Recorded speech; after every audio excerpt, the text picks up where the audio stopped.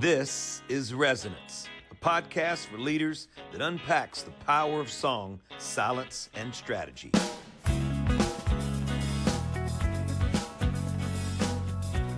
We believe that great leadership begins with deep listening, not just to others, but to the still small voice within.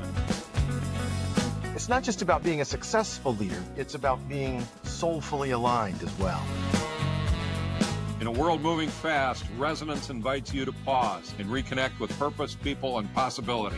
We'll dive into some cool stories, celebrate with friends, and dig deep into the music too. 'Cause song has a way of saying what words cannot alone. So whether you're leading a business, a team, or just trying to lead your own life with more meaning, this is Resonance. Resonance. Resonance. This is Mike the Monk Guy Ferrell, and of course I'm with my compatriots, Steve Azar and Randy the Professor Harrington, and we're going to really tap into that professor thing today because Randy's going to take us down a path, a hero's path, right, Randy? And so That's we're right. going to talk today about this idea that strategy and story come together. There's been a process of story building for many, many years, way back into the early 90s when Joseph Campbell came out with the whole concept of the hero's journey. And so we're going to talk a little bit about that and a way to look at that versus maybe a different way to look at a story, especially in the world that we live in. In a previous podcast, we talked about this idea of a Bonnie world, brittle, anxious, nonlinear, and incomprehensible. It's the world that we live in today. And so let's start talking about how this story impacts us and how this world impacts the story. Randy. Nicely said. So it's interesting to me that one of the things that I love about Azar's music is the implied storylines in every song. When you're listening to Raina Laura, there's a story there that you just really want to make a movie scene out of, and you don't know what the whole story is and you don't know how it begins or ends, but there's a story somehow in there. And I think that this is how we understand our world. When we look at anything, we put ourselves into the story of that thing or place or that action. And this is nothing new. So yes, Mike, you're exactly right. This is Joseph Campbell. This is the book that really triggered his career. You remember when this came out? I want to say in the 40s or 50s, 40s, something if like I remember that. right. Yeah. Yeah. This is an old book, but it's been reproduced a bazillion times. This is probably the 9th edition of it. Yeah. And The Hero with a Thousand Faces. And basically what Campbell realized was when we look back through all of human anthropology, history, and literature, we find this same story repeating itself again and again and again. And he ends up calling it the hero's journey. And the hero's journey is a very specific thing. And for our listeners, there's a couple of things I want you to think about here. The first one is that this structure I'm about to throw at you is so consistent that it has been the source of virtually all literature and myth making, for sure, going back thousands of years. So what I'm arguing is this structure is kind of hardwired into our brains. The second thing I want you to think about is take 2 or 3 of these things that kind of catch your ear and then think about your own life during the day in regards to these. Here we go. So what is the hero's journey? Well, the hero, we find out first, comes from the ordinary world. The hero, whoever the hero in the story is not some crazy out there thing. It's just a normal person. So we have to identify with the hero. That's the very first step. So it's usually the person in the village or the woman with the well or whatever it is. They begin in an ordinary world and then they receive a call to adventure. And this is, guess what? If we think about any movie you've ever seen, particularly something like Star Wars or anything like that, you can map it exactly. When does Luke Skywalker get that call to adventure? It happens. Then you cross a threshold into the unknown. Ooh, now we don't know what's happening. And now we're afraid and we're alone. We don't know what we're going to do. But then guess what? A mentor appears or some kind of guide who can help us. But they're not going to stay with us for the full distance. Then we face some big final trial when everything, the world hangs in a balance. Then it gets resolved and then we return home with whatever wisdom or gift that we bring. And if you watch any episode of NCIS or anything like that, you can map this journey sitting right on top of it. It just works. It's kind of shocking. It makes you think, oh my gosh, really? That's how hard it is to write? Yeah, just take the structure. You got yourself a hero's journey, make it happen. It's interesting. Yeah, it is interesting. And so just take that idea. Okay, who's the ordinary hero? When did they get a call to adventure? Who's the person who's going to help them? How do they get left behind? What's the big trial they face? And then how do they return home? That's it. And it's Sounds like the music interesting. business to me. And it's interesting also, it's not just in movies. There's a book called Story Brand written by Donald Miller that walks businesses through a whole marketing process of creating the message, the story of your business using that same model, using that same hero's journey model to create who you are as a business. I'm betting you've run at least one or two workshops based on I hero would cut journey. that. I know I have. Yeah. You We've know, done whole big team day things Exactly. around you it. guys, this is what you guys do for a living. And what I do for a living is, obviously write songs and make music. This is exactly in line with how we did it, how we were mentored, how now I'm mentoring, how they show up for a moment in your life and pivotal moments in your life, multiple ones that you had to have to help you be able to become a better storyteller and to be able to tell that story that has to have that's honest and real and that's who you are, which eventually as an artist makes you impactful when you get to perform it and matter. That's amazing that you guys bring that up. It's amazing. It's spot on. It is. And I can't claim anything for this. This is Joseph Campbell's work, and he can't claim it either. Right. So he's standing on the shoulders of giants who've been monitoring the same thing for years. And so it's reasonable for us to ask, why is this such a thought? Why is this so deeply rooted? And that's why this book is more than 5 pages long. There's a whole lot of analysis going on in here. And what we begin to find is the leadership in particular can get very, very, very caught up in here, because one of the first mistakes we can make is to believe that the hero is the leader. The leader is not necessarily the hero. Don't believe that, if you're thinking about the hero's journey with your company, that because you're the CEO or you're the boss, that you're the one, you may be, but that doesn't necessarily, I can guarantee you that the people working for you, that's probably not their hero's journey story. And this is the thing. Everybody is on a hero's journey. You are, and this is one of the things that Joseph Campbell said toward the end of his life, you are the hero in your own life journey. So you can map your own life according to this. And so I'm going to pause, and we're going to, as Steve likes to say, put him on the couch here for a minute or two. Mike, when did you get your first call to adventure? Well, I think probably my first call to adventure was when I was in, I don't know, probably 7th or 8th grade, when I figured out that I was a pretty good golfer. And I mean, you can go out and I mean, Steve, you've been there too. We go out as kids and, we're playing golf. And I mean, when I was in 9th and 10th grade, we lived on a golf course in Tulsa, Oklahoma. And I'd play, there were days where I'd play 45, 54 holes a day, just constantly playing, because that's all you wanted to do was play golf, and you'd stop and eat lunch. You might take a dip in the pool and you go back and keep playing again. And so I think that as I became aware of the fact that I was actually a pretty good golfer, then I think you began to start telling yourself the story of me becoming a professional golfer. And, we're standing, as kids, you're standing on the green and this is a putt to win the green jacket. And, this is a putt to win the U.S. Open. And all of those guys, I've got to hit this shot to win the U.S. Open. And I can hear the crowd roaring in my ears. And, It's a Cinderella story.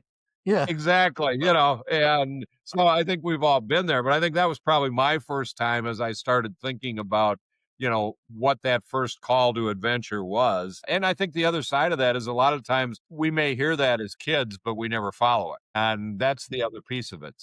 Yeah, having the discipline to pull it through.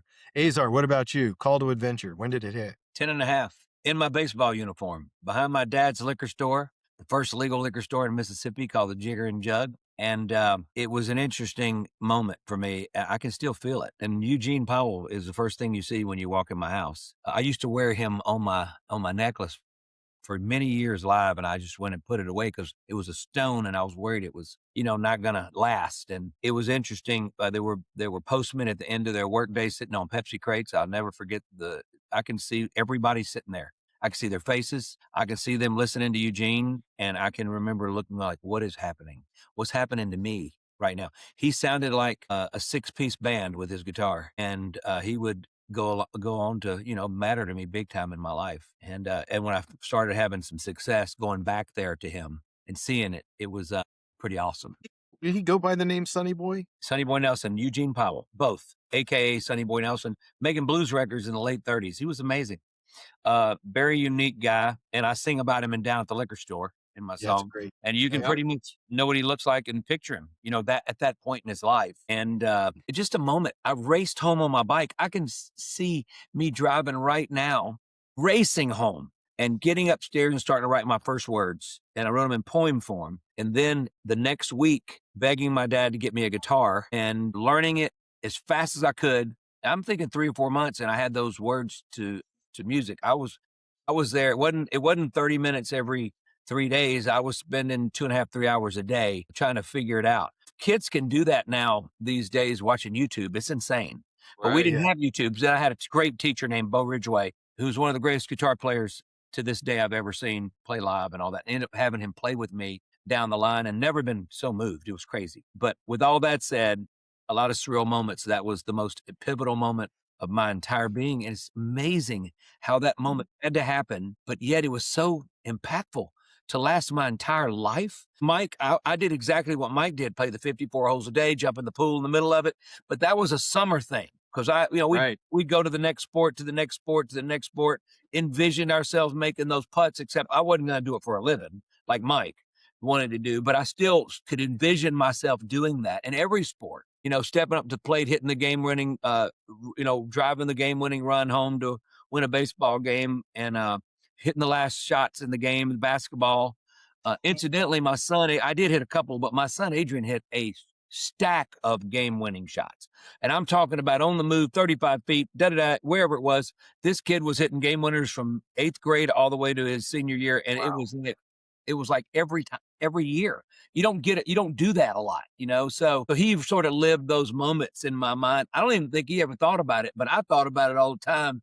So I really enjoyed watching him do that and being One able of the experiences that you're hitting to is very interesting, where you were sitting behind the liquor store there on the Pepsi crates and Sonny Boy starts playing. And the way you described it, you could see all the details. It's like you were just there. And people often describe this experience that reality is more real than real. That there's this moment where the reality becomes more vivid. It literally sort of steps on what your normal reality is, if to say, that's not reality. This is reality. This is the new Right. reality. And people who go through religious awakenings often have that same experience of, oh, that's reality. That's what's going on here. And that's what's going on with the storytelling stuff too. Well, let me just I want to ask you, Randy, when it happened for you, because I know your mind was churning at a young age, winning a national championship in debating in college at Ole Miss. But I can say this, I feel like I can still see myself in that painting. I felt like it was a painting that I just lived. I could see it. I mean, I'm in there, and it's a shame that I've never had the painting made that's in my mind. Yeah. And I think I feel like that it's enough because as long as I can conjure that emotion, that moment up that mattered so much. What about you, Randy? It's interesting. I also had some leanings around 11 and a half, 12. There's one moment I can describe when I had a big shift. I had two good friends. I grew up a good bit in Hawaii. So my dad was stationed at Hickam. And so I had two friends, Stuart and Rocky Kember, and they asked me to go hiking in a place called the Halava Valley, which is behind our house outside of Pearl Harbor. And think of it like a jungle, like just a valley off into the wilderness. And I had never done that before, but I was pleased that they invited me to go. That was kind of cool because these were kind of cool kids. And I got invited by the cool kids to go along. Well, I was in flip-flops and we're walking on these river rocks, and they're lava and river rocks, so they're sharp. And this is not going well for me. My feet are getting kind of smashed up, and they're just hopping along like, they know what they're doing. And I'm now 50 feet behind them. And the short guy, his name was Rocky, he turns around and he looks at me and he says, and there was a lot of profanity, I think, in what he said, but more or less, are you coming along? Can you even do this? It was a challenge. Yeah. And I remembered thinking, I don't know about this. I don't know my feet. And I don't think didn't get permission to come out here. I was going to get in trouble. And I having all these thoughts. And I took a moment and I reached down and I took my flip-flops off. And then I just started being smart and walking deftly on the rocks instead of stumbling along, expecting the rocks to conform to me. Sure. I had to adapt to them. And then it was like, oh, then you're welcome to be here. And that moment, I have never forgotten. That moment changed everything for me because fear, I had so many fears. I feared everything. I wanted their approval. I was worried about this. I was worried about being in trouble. I was worried about everything. And for one moment, I went, I don't have to live that way. I can be in control of this. And that one moment I go back to subconsciously a lot. Because if it had not happened, I'd still be the guy going, ow, ooh, ow, ow, ooh, can't do this. I don't think I'm good enough, you know. And isn't it funny how impactful these moments are in our lives? Yeah. It's really, and I think that, the other interesting piece of this is how you guys have continued to live out those experiences. Steve, obviously, you're still doing what you were doing in a baseball uniform behind the liquor store. Randy, you're still thinking the way that you learned how to think in that particular situation. I went on and played golf for a living and failed miserably. And, but it's interesting because I think some of those early experiences, we can think about it from a standpoint of, do we follow our heart and keep doing it, or is it just a fantasy? Yeah. And I think in my case, it really was more of a fantasy because I wasn't quite there. I wasn't quite good enough to get over the top and get there. I think then you start over. You figure out another place, another key moment when you change. It is so. At some level, we could say that it is your reaction to that awareness. Did you have the moment, Mike, when you went, "Yeah, I'm just never going to get that extra 1/1000th of a degree"? Absolutely. I remember very clearly looking at myself in a hotel room mirror one morning and saying, I'm not going to make this. This isn't going to work. And if I keep doing this, I'm probably going to drink myself to death. So it's like, it's time to go home. Yeah. Wow. That's a big one. Emotionally were you at that point, Mike, when you did go home and you said, that's it? What was that like? Well, I mean, there were mixed emotions. I mean, I had felt like, okay, I gave it a shot. The other piece is that my dad wasn't all that thrilled that that's what I was doing, which is really pretty funny because several years later, then all he wanted me to do was play golf with his buddies and teach them how to play. So, it came full circle. And I used to joke with my dad about that, but it was really one of those things that it was a mix of emotions when you came back, and it was like, okay, now what the heck am I going to do? Yeah. And, part of me said I failed. Part of me said I gave it my best shot. And then probably another part of me said, all right, it's time to just move on and go get a real job. The same thing is true with you, Azar. I mean, you had that moment in Nashville where you had to, that was the big trial for you. You kind of stared that big old demon in the eye and it was like, what's it going to be?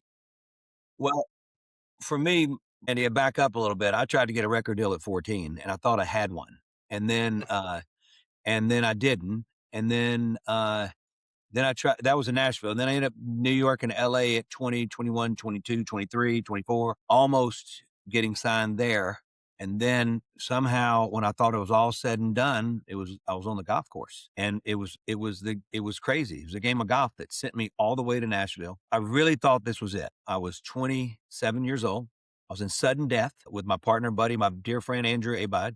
And we were playing some great golf back then. And we were, on the first hole of sudden death, the guy goes, our old friend, Paul Michael, a wonderful man, goes, Steve, I got some friends in Nashville that I'd like to send you to go see. And so we missed, he made it, they beat us. I said, well, you're going to have to tell me now, because you beat us. And that's not, so anyway, that started getting my mind a little off the game of golf because I still loved it so much, and I was hurting, and so I then the next week I was at the country club pool because I paid for my dues by playing on Wednesdays at the pool after I played golf. And I was getting splashed by kids, and all these kids ended up growing up, and some of them, I'm just so proud of so many of them. But that was their moment. And then Jim Gallagher, who is a big pro golfer, dear friend of mine now, was strolling around the golf course and hears me singing and comes up to me and he goes, "Hey, I got a friend in Nashville. I want to send you to see." And I went, "This is crazy." 2 weeks in a row, like within 7 days. And then my dear friend, Mickey Name, I got to tell their names because they matter so much to me, is president of a bank down here and gave me a loan to build a house when nobody else, because he saw that I was making money in the music business enough to build a house. And he gambled on me. And he says, "I got a friend in the music business as head of the music lending division that he went to college with at Ole Miss." So all of this happened in 10 days. End up going there, end up getting offered a ton of multiple publishing deals, took the one. And then the game had started over again for me. So my heyday in college and how I met Gwen and having a band that was attracting a lot of people traveling to see us, big college band, big bar band, big this band and all that. Well, eventually that faded. And then I wrote songs about that. But with all that said, man, you just look back at it and there were just so many moments where I just got It was like the universe is telling you something, right? When it was one thing to get it once, but then 2, 3, 4 times, it's like, maybe I need to wake up. You know what the interesting thing is? All 3 of those people. The first one told me no. I sent stuff to him, music from the house, knocked on his door. When I got there, I didn't have a meeting. And I said, and they go, "Yes." And I said, "Well, I'm Steve Azar." And they go, "We know who you are. We already said no." And I said, "Well, I just want to see if you'd let me, I have time. I want to see if you'd let me come. I have some meetings today. Would you let me come play for you?" And he goes, "Well, you don't look like your picture. I think I've showed you guys this. But maybe you don't sound like your song, sound like it's a tape you." And I went, "I don't care. I don't care. Whatever it takes to get me in this book." Right. Yeah, let me get this guitar out. He started asking me to play songs that I first wrote back when I was a teenager. We talked about this. I won't go into that. But the other guy, R.C. Bannon, who was married to Louise Mandrell, I mean, he took me to lunch and said, "We're looking for a hat act," because Garth Brooks had become big. And here I am coming basically out of the blues rock scene, but with a country background, full background, all of that. So I was trying to figure out who I was. But anyway, all of a sudden I'm playing him and everybody else at Music City Golf Tournament six months later after I'm there. And he's the one that's supposed to win, and I take him out. So I think I shot 70 that day. I think he shot like 72 or 73. He goes, "We ought to start playing golf together." And we played golf for 10 years together. We beat everybody all over the map, win probably 40, 50 times. And as partners, we were like clockwork. And then we decided to write for the first time, and we write "I Don't Have to Be Me Till Monday," which becomes my biggest hit of my life. I mean, it's funny, like you're going, how does this happen? And then Brian Williams, the banker, I end up getting a publishing deal, the second publishing deal, next door to his office in the same building. And he was going like, "You're writing for who?" And so he was so excited. And then when I finally had hits, he brought me in his office, shut the door and said, "My God." And he's got platinum records of everybody on the wall. I was just another thick face that he helped along the way. But for some reason, he made me feel like, even with all those gold and platinum records on the wall, that I was the most important thing in his life. And it was the most beautiful thing. It was so authentic. Like he was a proud papa. You talk about these mentors along the way, right? That you're talking about. Yep. All these guys ended up being very special in my life. But you look back at the route to it, it's crazy. But once again, the game of golf opened the door for me not to stop. Opened the door for me to build relationships. I think every really big deal I ever got in the music business was on the golf course at that point. Sure. So that's why I'm a believer in the game, Randy, that we're talking about. Yeah. I'm not nearly as good as I used to be. Nowhere nearly as good as I used to be. I quit practicing, quit doing this, wanted to move home to get to know my kids. And I've got all my friends going, "What happened to you?" But the bottom line is, right now, I'd rather play with Gwen than play with anybody. And I just don't have that in me anymore right now. Right. So Gwen gets upset at me. She goes, "Why don't you have that in you?" And I go, "You can't make me." I loved football as long as I could play it, and then I didn't. I loved baseball as long as I could play it, then I didn't. I love basketball as long as, you know what I'm saying? The bottom line is they sort of have a shelf life in your life. Absolutely. They do. No question. I mean, I've certainly seen that. Yeah. I mean, I hate I'm in the same boat. I'd like to be. I'd much rather. Go ahead. I'm sorry. I mean, I'd much rather play with Ann than anybody else. And now I just, but it took me a long time to get to that point. No, me too. Because when I got my amateur status back and when I began to play just for fun, it's hard to turn off that competitive component and then also realize that, you can't hit it like you did when you were in your 20s, and And now, of course, in my late 60s, I can't hit it out of my shadow. No, yeah, So it's, you can just do. Listen, let me just say, it's interesting when we draw back on for me, if it wasn't for sports, there's no way I survive the constant pounding and losing and striking out in the music business. There's no way, because I knew in sports that one shining moment happened in every sport for me enough times. Yep. I knew the difference, and I knew what it felt like to lose and work hard and go, that shouldn't have happened. Or whatever it did happen, or I saw greatness, on another athlete, whatever. I knew what those moments felt like. And I just felt like at some point I realized I was called to do this, and I couldn't let that calling down. I just couldn't. Yeah. I believed in myself probably a lot sooner than I needed, that I was good enough, and then eventually I think I got good enough to match my belief. And it's still, I think that the sport doesn't matter what the sport is, but I think sport is a great example of this hero's journey. Yeah. Because we can trace it all the way through each one of the stages of that hero's journey. Now, to shift it though, let's get back to that conversation. right. Shifting it back, we live in a different world now. And I know, Randy, we've talked in previous episodes about this whole Bonnie world. And I know you read an article recently and have been studying this. How does this hero's journey maybe not work so well in this new world that we live in, this new Bonnie world that we live in? Yeah. So the first connecting piece that we have to lock the engine and the car to is the idea that you can have a strategy, but the strategy has to be shared. And this is a crazy thing. That wasn't necessarily the case in the 1980s. Strategy was often something that was held almost privately or secretly in a book. It was like something you didn't want other people to see. And now that just seems crazy. Like, what in the heck were you? Well, because it was a command and control culture back in the day. You don't need to know why you're going to shell those peas. You're just going to shell those peas. That's all there is to it.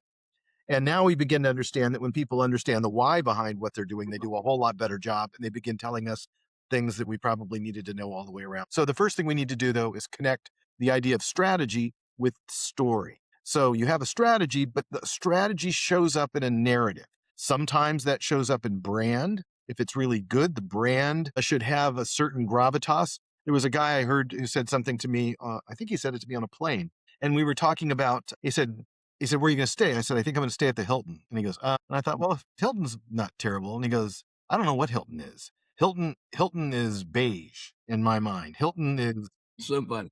Everything is absolutely normal. And I said, oh, okay. And he said, watch, I'll show you. Could Hilton, if I said, we're going to make Hilton tennis shoes, what would they look like? And I immediately got in my mind just what he said, little loafer things that, Very. And he says, now, yeah. what if I was to say, could Nike make a hotel? Yeah. Right. So that was a moment for me. It was like, okay, Nike is a brand, because I could imagine a spaceship that's Nike. I could imagine a car that's Nike. I could imagine a hotel that's Nike. And I would have all these characteristics to it that, you go, whoa, okay. And so the narrative it's not that it's not important. It's super important, but it is distinct from these other things. So here's what's going on in the world, we think, or at least this article is from a guy named David Snowden, author of a bunch of books, brilliant guy. We could talk about him forever. We're not going to do it right now. The gist of what he's saying in this article, though, is that this dominant story of what it means to be an American, or what it means to be in business, or what it means to be a man, or what it means to be a Christian, or fill in the blank, what it means to be a fisherman. It doesn't matter. What it means to be a golfer there's a story about that, right? And so we're going to carry that story. Well, there are a lot of people, we were talking about this during the break, where you were talking about the Tiger Woods golfer people. They're strong and they're athletes and they're working on their fist pump and they're bringing some emotion to it. And then there are those that are just calm, collected, cool, nothing up, nothing down, right? Everything's going smooth. The people that are listening to the story, if the story matches their experience, they go, okay, this is helpful. If the story doesn't match their experience, so in other words, if the boss is saying, this is what it's like to work at Chick-fil-A, and then you go work at Chick-fil-A and you go, this ain't how supposed to work at Chick-fil-A. And interestingly, people that go to work at Chick-fil-A say, no, that is the way it works at Chick-fil-A, which is pretty cool. Yeah. Right. The story is working there. They go, this can be the hero in my day Right. at Chick-fil-A. But if I go and there's a disagreement, what I won't do necessarily is try to fight against the main story. What I won't do is go and say, oh, that's crap, because it's like the emperor has no clothes. It's like, no, everybody else thinks this is good, so I'm not going to be the one to wave my arms and go, no, not so much. But in the world of social media, I can, because I'm behind my phone or I'm behind the keyboard. I can attack mainstream thinking. Right. And so what's going on now is the rise of what Snowden calls the anti-story. We're hearing it more. It's coming out more. People going, that is not my story. That's not the story that I'm feeling. My story has a different hero, and you're certainly not the hero. So you're seeing this tension in the stories that have normally worked to kind of create alignment for us. I heard, when I heard people besmirching Walter Cronkite the other day, I was like, wow. Walter was the man, the legend. He was no Love doubt. Walter Cronkite. Come on. I mean, and I'm hearing these journalist people yammering, saying, oh, Cronkite just made you believe that he was fair and neutral, but he was still manipulating things behind the scenes. And I was just like, oh my gosh, no man has ever worked harder to try and Right. be truly fair and balanced. Anyway, this business of anti-story, I think, is important for a couple of reasons. It helps explain the world a little bit. So why is everybody so bitter? Why is everybody yelling so much? Why is there so much hostility? Well, social media is, I think, driving most of that. But one of the reasons that may be forgotten is that social media is not just pushing back on whatever their issue of the day is, but they are pushing back on the dominant story of what it means to be a person, American, Right. or whatever. Particularly, and I think in terms of faith, Christianity right now it's kind of kinetic. It's interesting to me because certainly from the Catholic side of things, there's a lot going on. There's a whole lot of wheels turning. And I don't know I'm not a Catholic, but I know 10, 15 years ago, I didn't feel that way. I felt like the Catholic Church was much more kind of just a somber, full thing, sort of chunking along. And now it's in there swinging. They're doing, and it's changing. More people are coming to the Catholic Church than have in a long, long time. Services are growing. Or it's changing. I guess I would say the demographics are shifting a lot. But everybody is going through this as the dominant stories are being challenged. Well, trust me, Mike and I will both tell you, you can't even, the word disappointed isn't even close to how we felt when the church went through a period of some tough, rough, sad times, awful times, which questioned my loyalty. But then, like Gwen would say, this is not about them. This is about you and God. And your relationship with Jesus is not about them. That they are all, what's the word when you're not vulnerable? What's the word, Mike? When people are, they're just human beings. They're just men. There's a word that I'll think of it. Yeah, I'm struggling with you. They're fallible. They're fallible.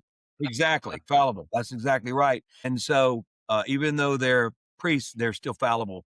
With all that said, we don't want to go back to those times, but the bottom line is a lot of people were affected in a harsh way, kids, and so let's don't go there.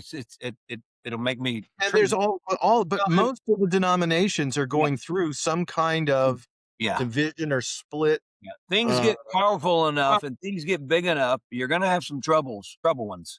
Troublesome moments. And I think there's, Pew Research does research on this all the time. And just looking at overall Christianity, the numbers are down. I mean, the United States used to be a predominantly Christian country. Yeah. And now there are more people than ever associating themselves with non-Christianity and even non-religious.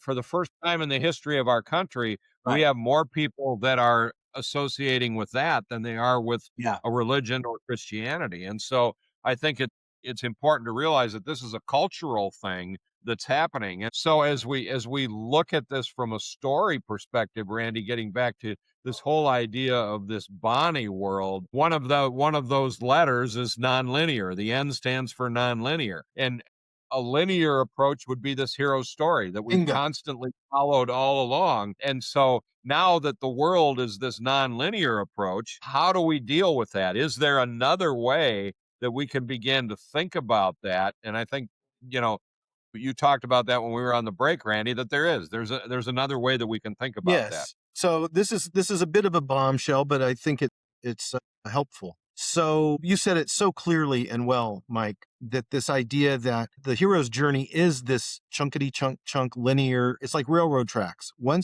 Once you're on that set of tracks, you're not able to deviate from that very much. You're going to go through that. You've got to go through the chute. And what the Snowden article basically says is that this is really problematic because in a world where people are debating the substance of truth, where concepts like fake news and that's not true, my truth is the real truth, though those statistics aren't the right statistics, that's not the way we met. When that has happened, when we no longer have a shared agreement of what constitutes truth, then we begin to believe that the only way we can know it is if we experience it directly ourselves. If we see it, touch it, smell it, and goes, yep, that's it. I had that experience. I can vouch for it. And so a big word, we're going to call that phenomenological. Phenomena. The phenomena is being created in real time by your experience with it. That's all that we're saying here. And what Snowden is saying is that because people are bringing this very St. Thomas kind of skepticism to everything that they see, they need to feel like they discover the truth. And it turns out that there is a narrative structure where that happens, and it's called a fable. So a fable, I loved fables, Aesop's fables as a kid. Absolutely. And they're very popular in Algeria and in Turkey. Their fables are the way to roll, man. That's the way. And fables are always their stories where you're not really sure what it's about, and you have to kind of find out what I remember the sour grapes, Aesop's fable. And I remember thinking as a child, sour grapes, what is that? Well, once you read it, then you find out what sour grapes are. Sour grapes are what happens when you feel bad or sad about somebody else doing well, or that so it's like, they're complex feelings, but the fable allows you to discover it, to find it. Yeah. One more quick thing and I'm going to shut up. So here we go. So if we're speaking, you're going and doing a keynote speech. One of the things you're going to tell that keynote speaker is you need to engage the audience. You need to get these people involved, by God. You need to get them. And so what I hate more than anything else is what I would call fake engagement, where the speaker's up there. We're going to get you engaged. We're going to get you everybody. So stand up and turn around 3 times. Now rub your elbow. Now do something else and sit down. Okay, now I'm going to talk for an hour. That was not engagement. I don't know what that was. That was you demonstrating something else. And not only am I not engaged, but I'm now a little bit pissed off because I feel manipulated. And whatever else. You just made me do something I didn't want to do. I didn't want to do, and you didn't really earn that. And everybody in that audience knows you did, except for the guy that told you to engage the audience. That's right. Exactly. So I go and I hear a speaker at Nike, and his name will come to me in a minute. He's not there anymore. But anyway, I go in to see this keynote at Nike. And up on the screen are 9 pictures, like 3, 3, 3, 3, 3, 3. And it's a picture of a seashell, and it's a picture of a basketball. It's a picture of a woman's scarf, blah, blah, blah. And the guy, his name was right there. Anyway, he walks up to the microphone. He goes, hey, blah, blah, blah. I'm here. So I'm in charge of brand here at Nike. Da, da, da. What do you guys want to talk about? And somebody screams, what's the seashell? Okay. And he touches this thing, and the seashell lights up, and then it takes up the full screen. And then he has about a 10-minute thing about the seashells. Coolest story you ever heard. And then it kind of goes back up to its corner. Now, what do you want to talk about? And somebody else, well, we only got to 3 things. And he said, we're only going to get to 3 things. So we left 2/3 of it we never got to talk about. And it killed me because it was all so cool. But it was truly interactive. So I left with this, oh, wow. I left wanting more. Holy smokes. Isn't that amazing? But this is what happens when you allow people to be a part of the discovery experience. And this is what I'm really trying to underline in this conversation, is that moving forward, your story has to have legitimate opportunities for people to engage with the story, and they have to be able to find the truth as directly as possible on their own. And then when they do, it'll stick. It'll be real. Yeah. Wow. But if you don't. And from a leadership perspective, the more you can realize that the linear story that you're trying to tell is now a more difficult proposition than it's ever been, And rather than leading people down that track, lead them down the track that says, let them discover what the story is. Let them discover from a leadership perspective, let them discover who I am as leader and why I'm taking them down this path, rather than saying this is the path that we're going to run on. This hero's journey is the story we're going to tell.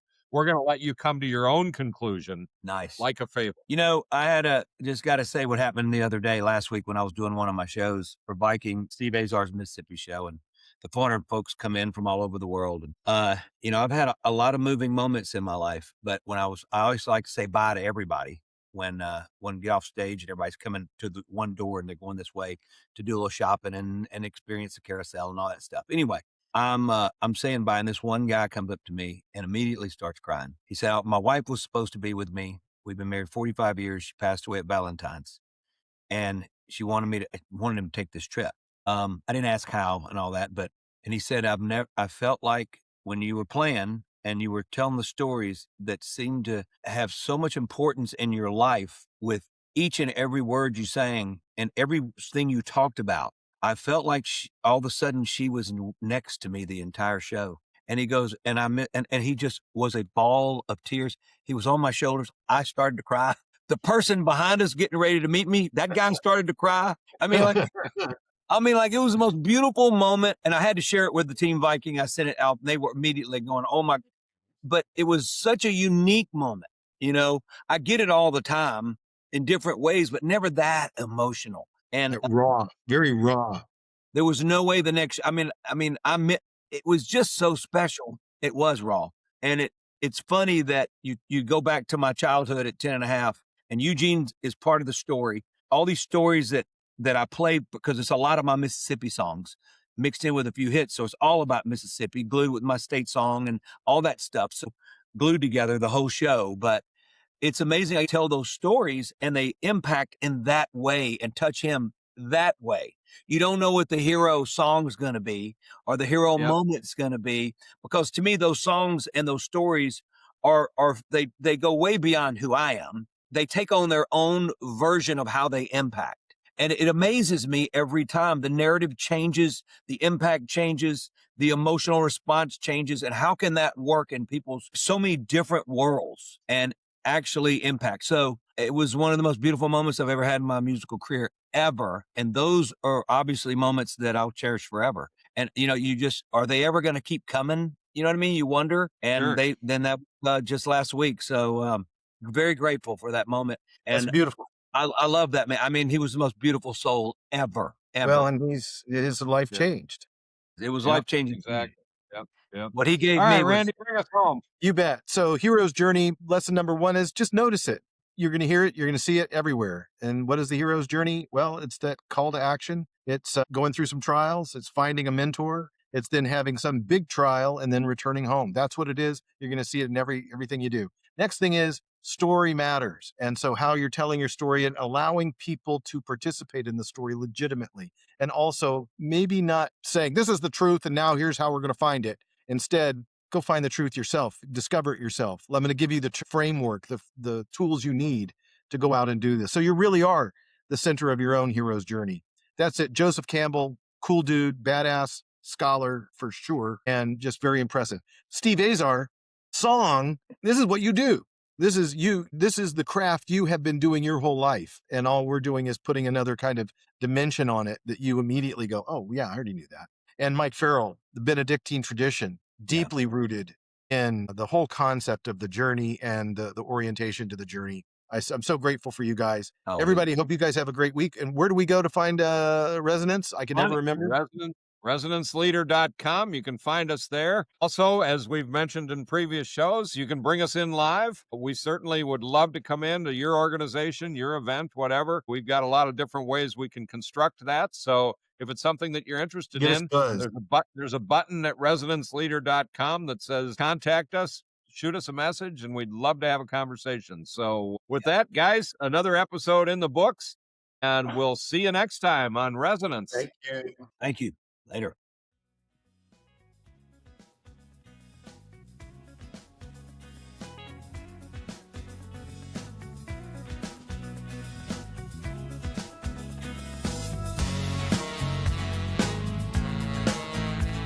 Thanks for listening to Resonance. Find us at resonanceleader.com.